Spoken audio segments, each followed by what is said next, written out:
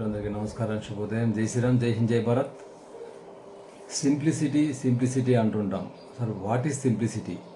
Simplicity అంటే ఎలా ఉంటుంది అనేటువంటిది ఒక అద్భుతమైనటువంటి ఒక సంఘటన గుర్తు చేసుకుందాం.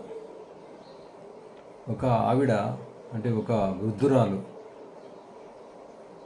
ఒక రైల్వే స్టేషన్లో రైలు కొరకు ఎదురు చూస్తుంది.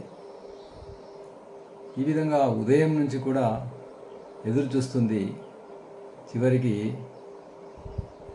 అక్కడ ఆ రైల్వేలో పనిచేస్తున్నటువంటి ఆ రైల్వే మ్యాన్ ఉంటాడు కదా, అతను చూశాడు, ఈ ఆవిడ పొద్దున్నుంచి ఇక్కడ వెయిట్ చేస్తుంది, ఎందుకొరకు కనుక్కుందామని ఆమె దగ్గరికి వచ్చాడు. అమ్మ, ఇక్కడ ఎందుకు చాలాసేపటి నుంచి కూర్చున్నారు మీరంటే, నేను ఢిల్లీకి వెళ్ళాలి, అందుకొరకే రైలు కొరకు ఎదురు చూస్తున్నానంటే, ఈ పొద్దు రైలు రాదు, ఇదివరకే ఈ రైలు వెళ్ళిపోవడం జరిగింది అమ్మ, మీరు వెళ్ళిపోవచ్చు, లేదా మా రైల్వే ఇక్కడ రూమ్లో కూర్చుండొచ్చు, అసలు ఎందుకు ఇక్కడ కూర్చున్నారు అని అడగడం జరుగుతుంది.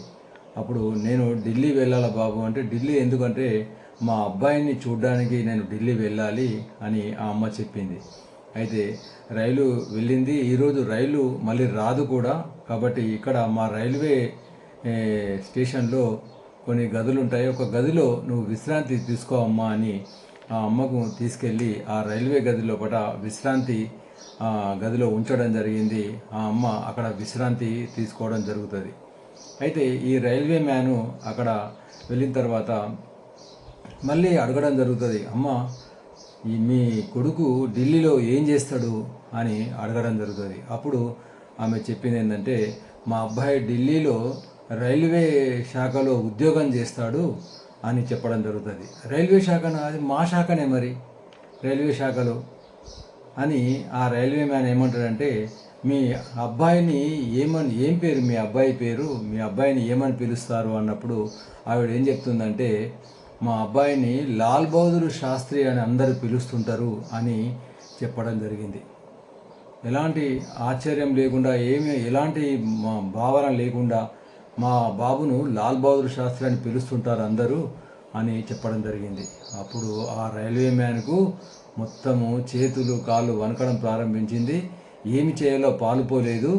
మొత్తము అసలు సంభ్రమాశ్చర్యాలకు గురయ్యాడు, భయాందోళనకు గురయ్యాడు. ఎందుకంటే లాల్ బహదూర్ శాస్త్రి అంటే, అదే సమయంలో లాల్ బహదూర్ శాస్త్రి గారు మన దేశ రైల్వే శాఖ కేబినెట్ హోదా మంత్రిగా పనిచేస్తున్నారు, రైల్వే శాఖ మంత్రిగా పనిచేస్తున్నారు.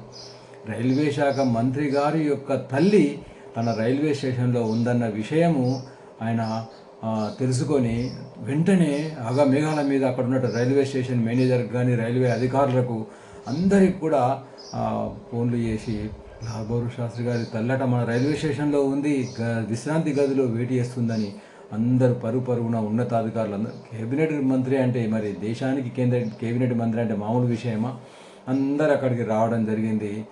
ఆమె ఏమాత్రం వీళ్ళందరినీ చూసి ఏమో ఆలోచిస్తారు, మొత్తం సైరన్ శబ్దం చేస్తూ ఒక వ్యాన్ కూడా రావడం జరిగింది. ఆ వ్యాన్లో ఎక్కించారు.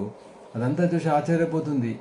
అప్పుడు చెప్పాడన్న, అంటే ఈ సంఘటన అంటే ఈ సింప్లిసిటీ అంటే, అప్పుడు ఇంటికి వెళ్ళిన తర్వాత లాల్ బహదూర్ శాస్త్రి గారు వచ్చిన తర్వాత, అంటే ఈ సైరను, ఈ వ్యాను, ఇదంతా ఉన్నతాధికారులు ఏం చేశారంటే ఆ అమ్మను శాస్త్రి గారి ఇంటికి వదిలిపెట్టారు.